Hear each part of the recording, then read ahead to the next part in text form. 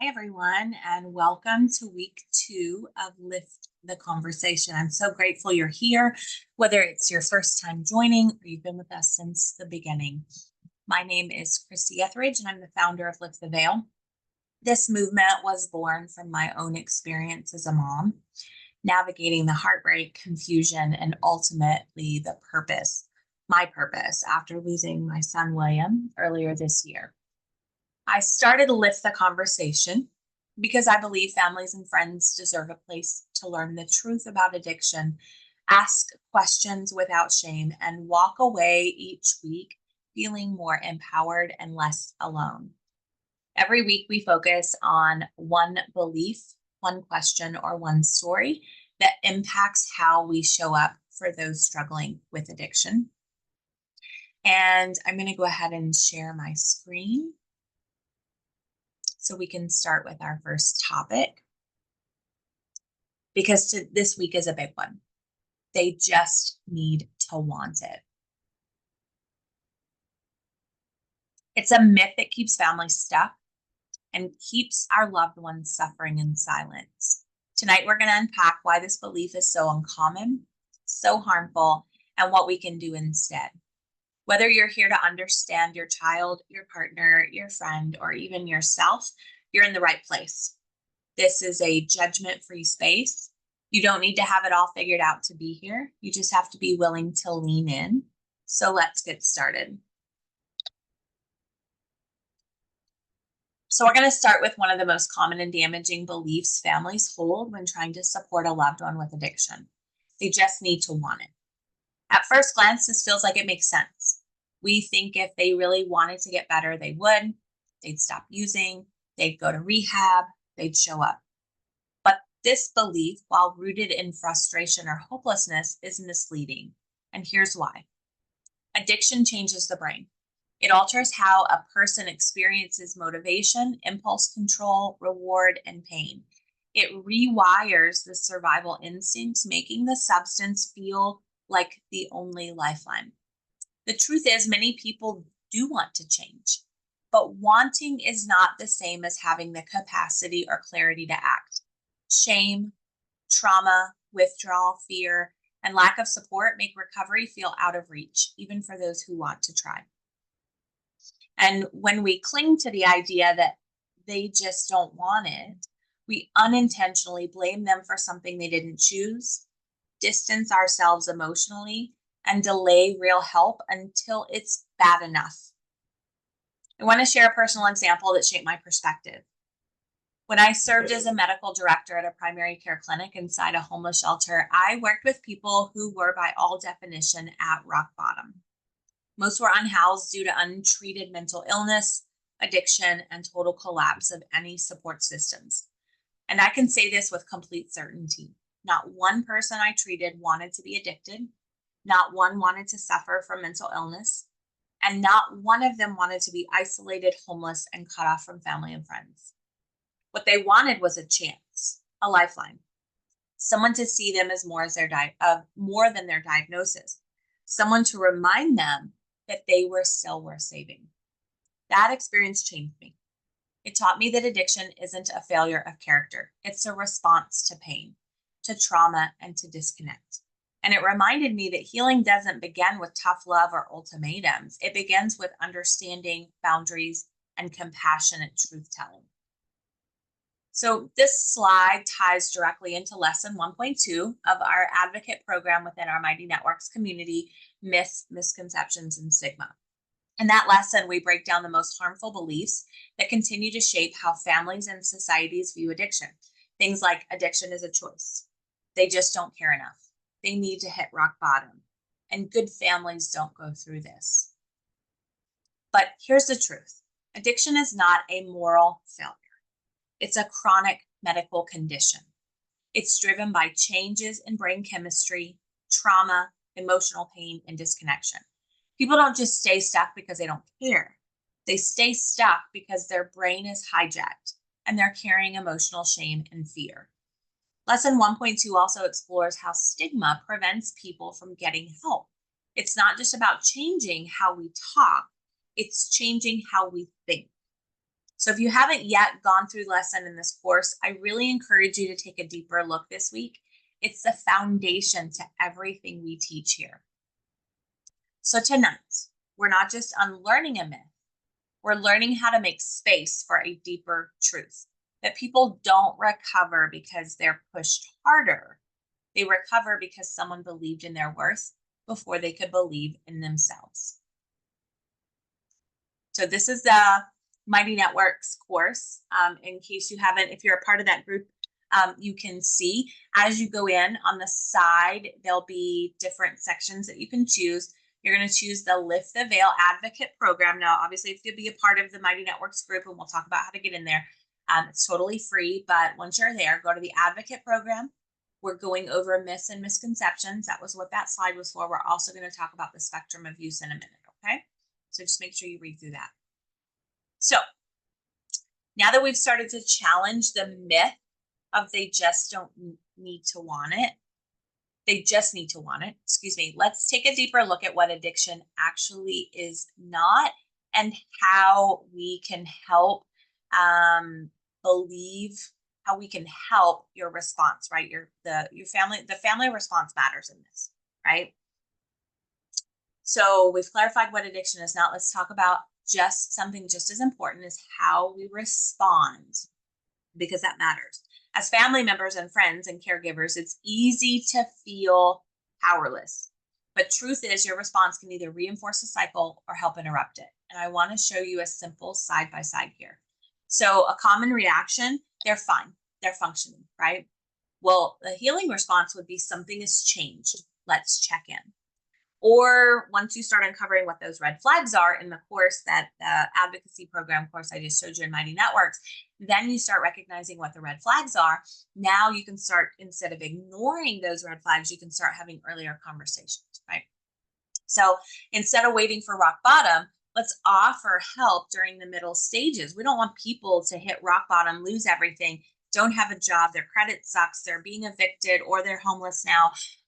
They've lost everything, right? And they've damaged some very deep, important relationships, like their relationship with their children, their relationship with their spouse. We don't want rock bottom. We need to offer help during the middle stages. Common reactions would also be shame or denial, because you just don't know what to do. And that's what this program, this what Lift the Veil community is all about, is to teach you how not to have shame or denial, but to lead with curiosity and connection. And then last but not least is overreacting or rescuing. And this is something that I've been ruminating a lot after William passed away, is the overreacting and the rescuing behavior that took place with myself and other family members during the end of his life, or the few months before his life ended. So instead, we're going to set clear, healthy boundaries, include other family members, not let the person struggling with addiction isolate everybody, because they're good at that. We'll talk about that later. Because there is so much shame and stigma, right? So we're trying to open that shame and stigma up, so it's a very healthy discussion for everyone involved.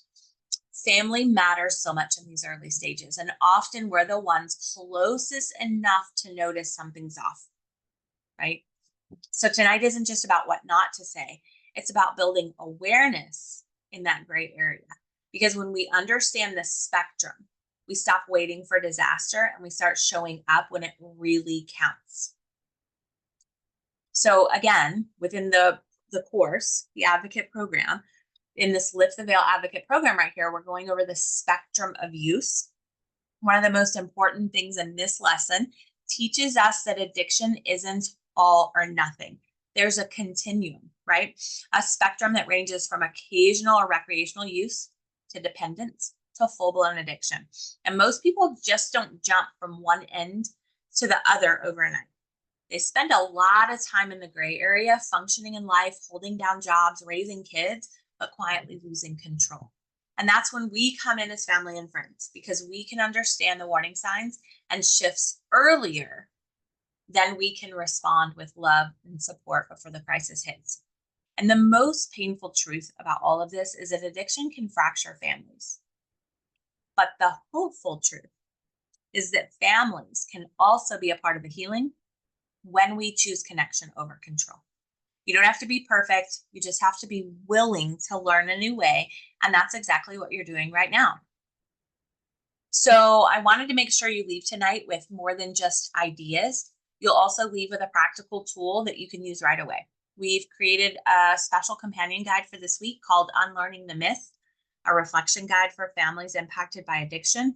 This short, powerful resource walks you through the core myths we've talked about tonight, reflection prompts to explore how those myths may have shaped your beliefs, journal space to process where you are, and how you can show up going forward. So you can use this guide, you can print it and use this guide on your own as a part of your personal growth with a family member or therapist, or even inside our Mighty Networks community where we will be sharing insights together in the weekly reflection thread.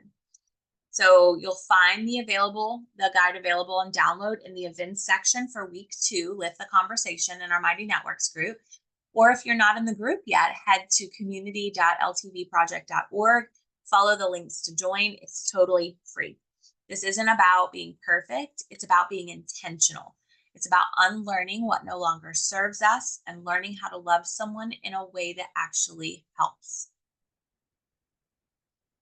So now I'd love to hear from you, because this is where conversation really comes alive in your own journey, whether as a parent, a partner, a sibling, or a friend. What's one myth about addiction that you used to believe? Maybe it's one we've talked about tonight. Maybe it's something else entirely. You can go ahead and share that in the chat if you feel comfortable in the comment section, or just take a moment to reflect quietly. I'll give you a few seconds to think about it.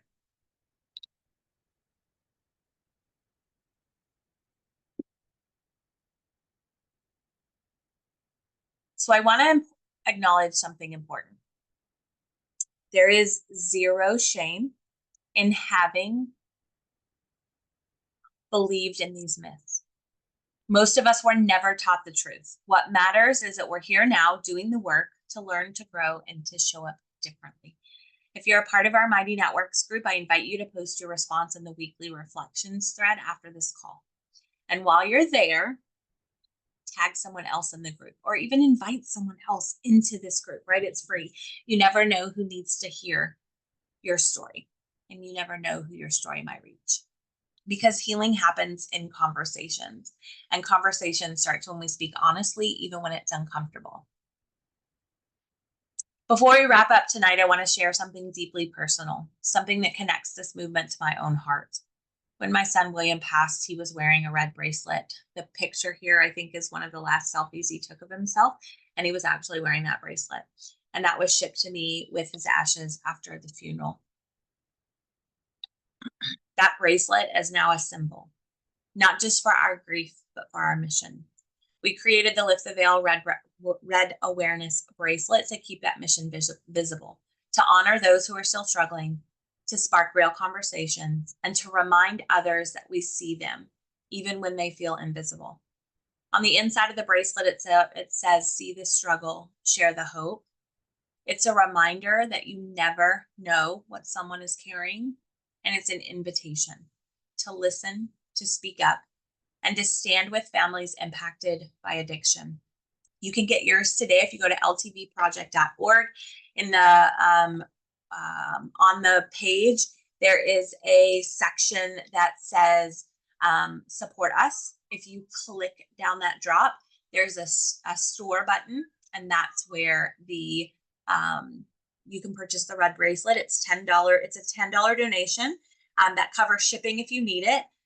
But it's a very small donation that is going to go a long way for us. Every bracelet supports what we're doing here at Lift the Veil.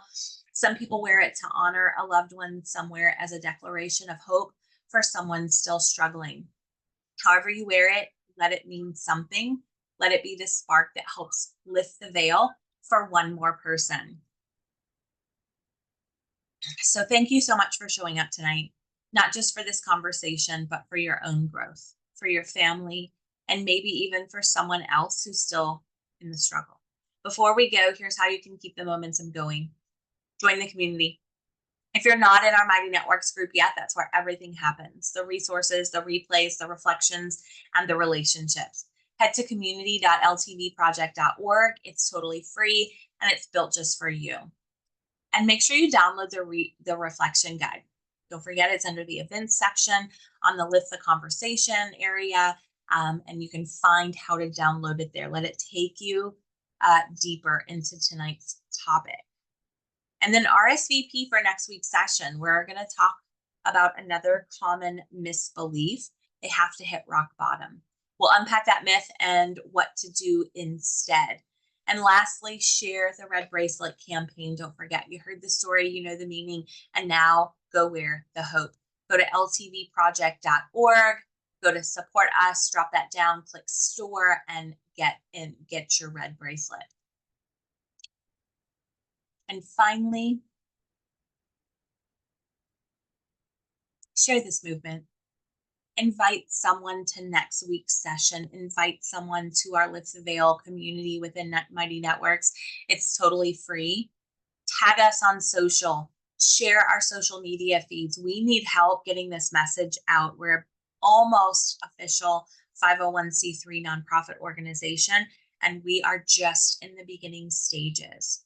Help us start the conversation that might change a life, because we are more than we're more than just lifting the conversation. We're more than just lifting the veil. We're helping people. We're helping families so they don't have to go through the struggle and the grief that our family has experienced with the loss of William. Thank you so much for tonight. Have a blessed day.